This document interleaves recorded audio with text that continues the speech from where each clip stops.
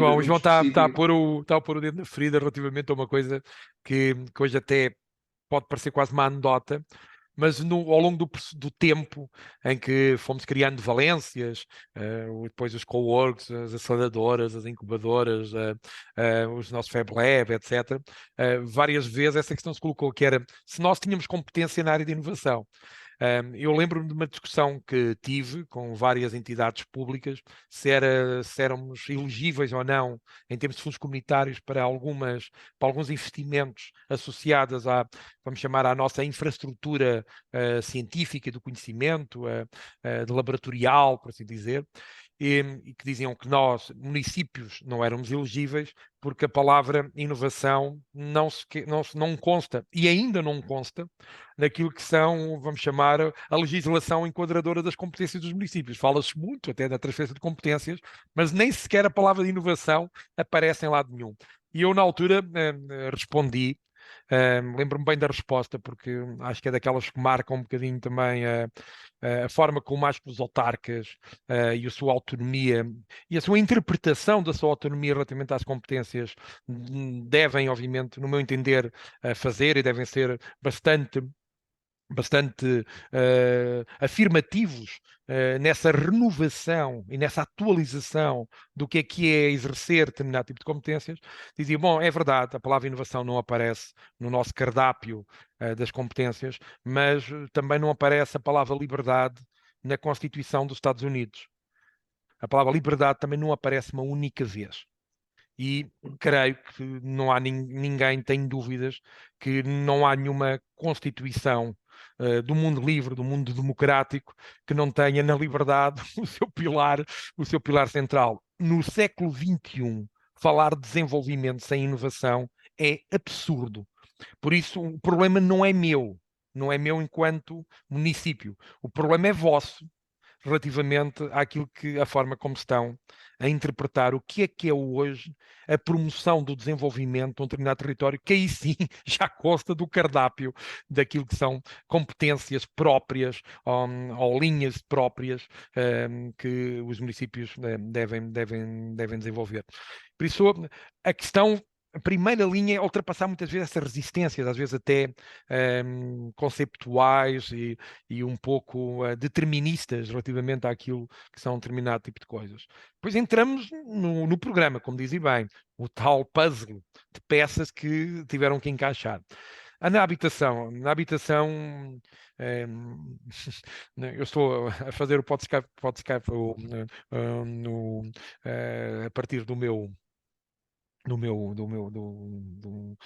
aqui do meu escritório, do meu escritório, quer dizer, aqui da sala do Presidente da Câmara, e, e, o, estou a ver um quadro, que é um quadro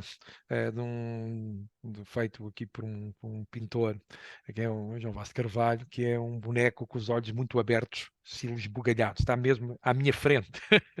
E, e esse quadro recorda-me bem o ar de muitos dos meus colaboradores quando eu cheguei e disse: Nós vamos alugar todas as casas no Centro Histórico do Fundão, equiparadas a T1 e T2.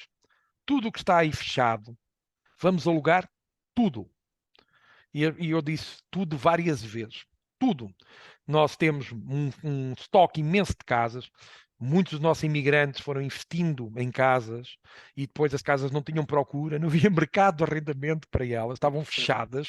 Então eu mandei alugar tudo e alugámos 100 e tal casas numa primeira linha, que são muitas, como deve calcular, e Exato. fizemos um programa de subarrendamento. Olha, agora quando se fala no Programa Nacional agora de Fomento da Habitação, lá vem a figura do subarrendamento. E criei, obviamente, um regulamento que diz que nós, no Fundão, vamos ter um programa de habitação para mão de obra altamente especializada que queira vir para o Fundão. Uma coisa aí, digo-lhe sem sombra de dúvida, totalmente inédita.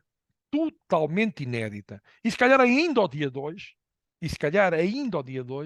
em termos do que é resposta pública do ponto de vista do que é a habitação, obviamente inserido numa estratégia, obviamente mais integrada, lá está, de atração. Esse foi um dos pontos. A cara das pessoas à minha volta foi um autêntico poema, porque dizia, bom, o Presidente da Câmara perdeu a cabeça. E se não lembrar ninguém estava a alugar nada, ninguém estava a comprar nada. Estamos a falar no pico da Troika, quer dizer, parecia a ideia mais absurda do mundo. E provavelmente este presidente, com a pressão toda da crise e das dificuldades económicas e tal, bom, já perdeu completamente, completamente o bom senso relativamente a essa questão. A outra parte é muito interessante o que trouxe a dimensão da educação.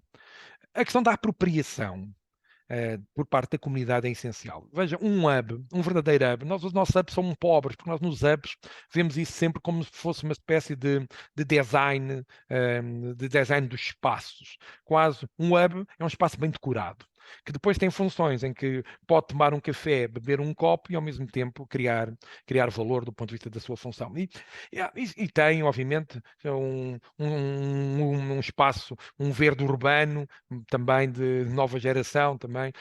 Isso é muito pobre. Isso é muito pobre do ponto de vista do que é a filosofia de um hub, ou o conceito do hub. Nós temos que dar resposta de forma integral, muito mais multidisciplinar àquilo que são os desafios das pessoas, aquilo que eles precisam no dia a dia, aquilo que são sentirem-se bem no seu local de trabalho, no seu local onde vivem.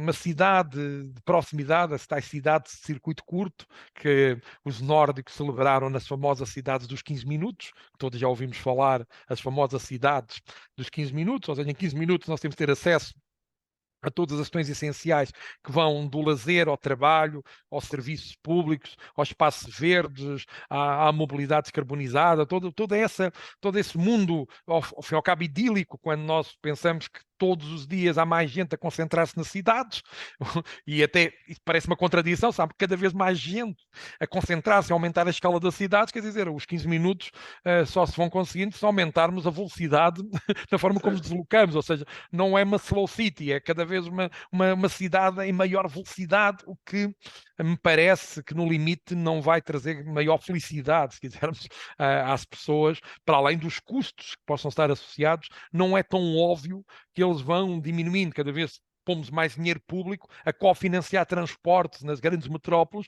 porque senão o preço cada vez há de ser maior e as pessoas vão ter cada vez mais dificuldade, cada vez pomos mais dinheiro público naquilo que é a resposta à habitação, porque as pessoas já não têm recursos para pagar o evoluir do preço metro quadrado, de arrendamento ou de compra, como nós vemos também em nosso Portugal, sobretudo na cidade onde tudo se concentra, onde tudo está a ficar concentrado. Por isso a questão da educação ajudou-nos muito em dois aspectos.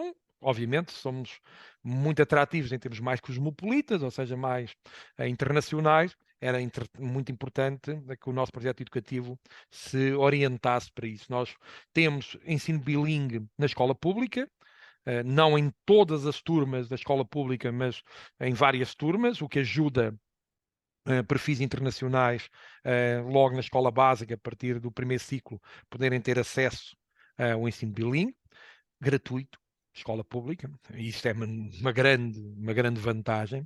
Mas também temos todas as crianças a partir dos 6 anos a aprendem programação. O que num ecossistema da IT e para pais que estão muito ligados à área das tecnologias de informação, é uma motivação extra do que é um sistema educativo também, de uma linguagens também mais universais, lá está. O sistema bilíngue, no nosso caso, é com inglês, ou de facto é uma linguagem universal, que é aprender a programar, é uma linguagem universal, como é a música, como é a matemática, ou seja, são tudo formas que ajudam, se quisermos, o que é um processo de internacionalização, para além de melhorarem, e nós já temos dados que o demonstram, melhorar aquilo que é o sucesso educacional das crianças, que de repente desenvolvem muito mais o cálculo, o raciocínio lógico, como é programação, computadores, são áreas que são muito familiares, não é? Por isso o foco, a atenção na sala de aula, etc., a motivação, tudo isso ajuda depois também ao sucesso de todos os alunos, não só já os fundanenses não nacionais, mas todos os alunos aqui colocados. E ajudou numa coisa, que é o desporto nacional. Eu costumo dizer, utilizo muito essa expressão, o desporto nacional não é o futebol, o desporto nacional em Portugal é a inveja, que é a pior coisa que temos. É um país muito que lida mal com o sucesso dos outros, lida mal com o mérito, lida mal com o sucesso. E isso, quando fazemos um programa de diferenciação positiva, veja só, o risco político, diferenciar habitação para aqueles que são mais especializados, que no final do dia, às tantas, até têm um rendimento maior, se pensarmos um pouco, não é? Ou seja, isto é completamente ao contrário do que nós estamos habituados. E, como tal, nada melhor para distribuir o valor, para criar, para demonstrar que trazer a área das tecnologias para dentro da atividade económica do nosso concelho chega a todos. Chega a todos, obviamente, daquilo que são os impactos que tem atrair pessoas, obviamente, coisas muito óbvias, mas também chega a todos porque a área da educação também se transformou e isso entra em todas as casas, em todas as crianças do concelho, e isso obviamente é uma vantagem para uma geração que acredito que estamos a acelerar em termos de várias competências e que vai estar muito mais preparada para os desafios futuros. Certo. E imagino que seja um projeto ainda hoje singular a nível nacional, não é? A questão da educação Nós na somos, área tecnológica. nós hoje temos várias vertentes onde tornámos-nos muito singulares a nível nacional e internacional. Obviamente no ecossistema de inovação, tanto que em 2018, 2019 ganhámos o Regiostar a nível da Comissão Europeia na área da transição industrial. Veja só, um município não é um centro de competência, não é um centro de investigação, não são as melhores universidades, é um município enquanto tal. E isso é inédito. Foi uma questão mesmo inédita, mesmo a nível da Comissão Europeia. Estamos a falar, o Regiostar é assim, uma espécie dos Oscars do desenvolvimento regional. Ou seja, onde é que se foi utilizado de forma mais eficaz e mais transformadora e mais inovadora aquilo que são os recursos públicos dos fundos comunitários, pronto, a nível de toda a Europa. Ou seja, são milhares e milhares obviamente, de ações, de projetos que são, entre os quais são escolhidos os melhores dos melhores. Certo. Mas mais recentemente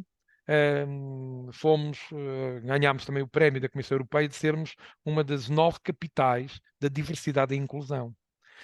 E estas duas coisas estão absolutamente interligadas, porque, como falámos aqui várias vezes, nós estamos a falar de economia, tecnologia, de criação de valor, mas de forma um bocadinho diferente, trazendo às vezes fatores como a questão do viver, da habitação, da questão dos processos sociais, educacionais. Ou seja, parece que estamos a falar de outras coisas, até parece que estamos a dizer, bom, mas isso é quase um programa, um programa de desenvolvimento de um país, mas a parte económica. Não, isto é economia, isto é competitividade pura e dura, porque a interculturalidade, hoje são 70 nacionalidades que estão num concelho rural, agrícola, sem ter uma universidade, e todos os dias recebemos cidadãos estrangeiros, e como tal, temos que o processo e o programa de acolhimento, nós hoje até o nosso mote é Fundão Terra de Acolhimento, nós começámos no Fundão Inovação para o Fundão Terra de Acolhimento, e é nesta combinação que esse reconhecimento vem. Na área de educação, somos finalistas também em vários programas de educação, porque introduzimos uma coisa muito engraçada. Por causa da questão da raiz das identidades. E isso também é economia, é competitividade até a vários níveis. Nós temos um Fab Lab, prototipagem digital. que ajuda a democratizar em preço, em custo, aquilo que é o acesso aos modelos de prototipagem, design thinking, coisas que são relevantes hoje na construção e no ciclo de inovação dos produtos, dos serviços, como todos sabemos. Ora, o que nós juntamos é o analógico com o digital.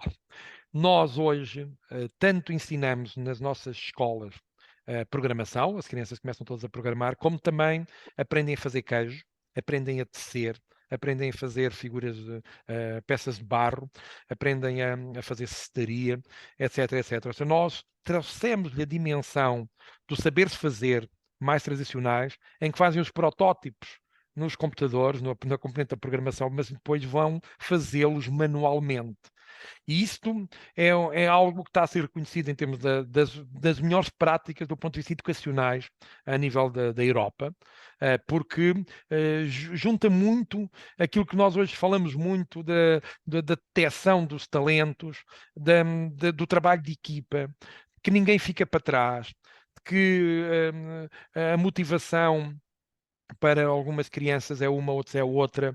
Uns são bons numas coisas, outros são outras. A capacidade de aprender a aprender, do desafio permanente. Isso são questões, tirar-nos da zona de conforto. Há crianças que têm uma enorme habilidade manual, outras não tanto, por isso esse desconforto mútuo ajuda a crescerem de forma mais capaz em termos do que é a interligação de competências, o respeito pela diferença, o respeito pelas capacidades do outro. Isso são tudo vantagens no mundo atual brutais. Por isso, nós temos o nosso projeto educativo que lhe damos o mote Raiz e Asas. É esse o nosso mote para o nosso projeto educativo local. Ele é muito forte na competitividade, na atração e na melhor inclusão de fundanenses não nacionais, mas também é relevante em termos de um modelo muito inovador também em termos educacionais e que temos muito orgulho nele. Certo. Voltando àquele tema há pouco da Altran, ou seja, da Altran do ponto de vista da atração, de marco, provavelmente no desenvolvimento económico, quais foram os principais desafios depois daí em diante, não é? Até hoje, porque isso já foi em 2014, algo do género, não só de manter, portanto, atrair outras empresas, imagino que o mais difícil terá sido a primeira, não é? Hoje em dia existem outras empresas também de referência, creio que a própria IBM também tem um Certo, centro certo, de também tem. desenvolvimento. Quais foram os principais desafios no desenvolvimento e na atração de investimento Olha, desde então? o primeiro grande desafio foi ter uma segunda empresa, muito importante. E foi aí que começámos a crescer uma velocidade maior. Porque a questão que às vezes se coloca quando havia só uma empresa era, ok, se eu não der bem com essa empresa, qual é que é a alternativa? Por isso era essencial ter mais alternativas, haver mais concorrência, haver mais oportunidades, mais possibilidades. E diria que esse foi logo um primeiro leque de desafio, que obviamente fomos superando. Depois, ganhar a escala. Eu dizia que o nosso objetivo era atingir 100 engenheiros informáticos, no centro de competências para 100 engenheiros. Nós estamos com 10 vezes mais e a crescer um engenheiro por dia. Mais ou menos é a nossa média, é um engenheiro por dia. Volto a dizer, a cidade é pequena, por isso o desafio da adaptação a este crescimento, obviamente, como devem calcular, é permanente. Depois, a internacionalização dos perfis. Numa primeira fase, eram sobretudo, nós fomos muito competentes a atrair uma nova geração em Portugal, que não tinha, nós até fazíamos coisas terríveis do ponto de vista de marketing, que toda a gente entende, nós mandávamos coisas do estilo, bom, tens 25 ou 26 anos, mas já sabes que se continuares nessa cidade, se continuares a viver aí, só aos 40 anos é que vais ter uma casa própria e podes estar com os teus companheiros, com a tua como queiras. Se queres seres verdadeiramente autónomo, vem para o fundão. Ou seja, nós utilizávamos Guerrilha. assim de mais direto, a tocar num ponto essencial. Nós aprendemos muito com os jovens. Eu não expliquei uma coisa, mas entre 2012 e 2013 eu talvez tenha visitado cerca de 200, eu até sabia o número exato, mas mais de 200 empresas, sobretudo empresas emergentes, startups também, na área de tecnológicas, por Portugal e um pouco por o mundo inteiro, só para ouvir falar os jovens, os novos empresários, os novos administradores, esta nova geração de decisores e de criadores, e percebi logo de uma coisa, que é uma das grandes motivações é serem autónomos e receberem o valor justo e terem o estilo de vida adequado para aquilo que é o seu nível de competência, mas sobretudo terem autonomia e terem autonomia de estar, mover, serem mais livres, não ficarem tão agarrados a algo que nas grandes cidades, por causa do custo brutal, nomeadamente a habitação, essa liberdade tem muitos condicionantes, não é? A liberdade de ser autónomo, todos queremos, mas depois não temos dinheiro para pagar uma casa porque não recebemos, não ganhamos o suficiente nos primeiros anos de vida para isso. Isso é um problema brutal em termos das atuais gerações e que promovem grande desconforto no nosso mundo. Por isso, essa abordagem foi essencial para o crescimento sustentável e do desafio.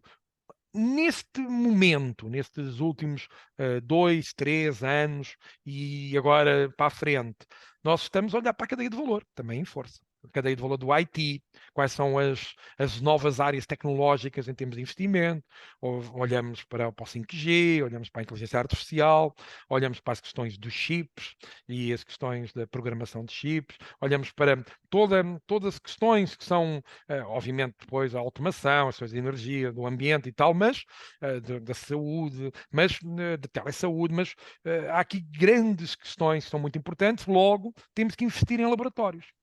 Temos que trazer as componentes dos laboratórios, nomeadamente laboratórios de interface, que possam prestar e terem capacidade para prestar serviços às empresas que estão em Portugal e não só, mas o nosso ecossistema em concreto, claro que sim, para poderem continuar a crescer na cadeia de valor do IT, que é sempre a questão que nós não podemos parar, porque às vezes Certo, não, certo. já tem um ecossistema, já tem várias empresas. Não, nós queremos é que elas também cresçam, não é só em número de pessoas, mas sobretudo cresçam na cadeia de valor, que possam, obviamente, também remunerar melhor por estarem em cadeias de valor mais relevantes e, como tal, hoje a nossa agenda política, para além das questões de continuar a tentar atrair o capital, o conhecimento, etc., também estamos em vários projetos dos mobilizadores, olha, do PRR, que recebe muitas críticas, mas eu tenho que referir que nós, enquanto município, estamos num PRR ligado, no mobilizador, da agenda mobilizadora ligado a florestas na área da biotecnologia de plantas,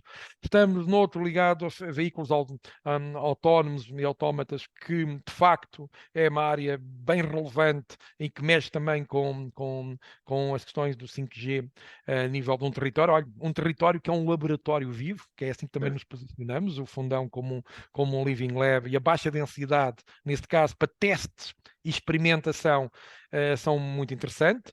Na questão do agrotech, também estamos muito metidos com campos de experimentação e testes. Lá está, olha, ligar o IT, nova atividade, com atividades tradicionais. Este Exato. matching é uma área onde nós estamos a avançar muito rapidamente. Ou, por exemplo, blockchain.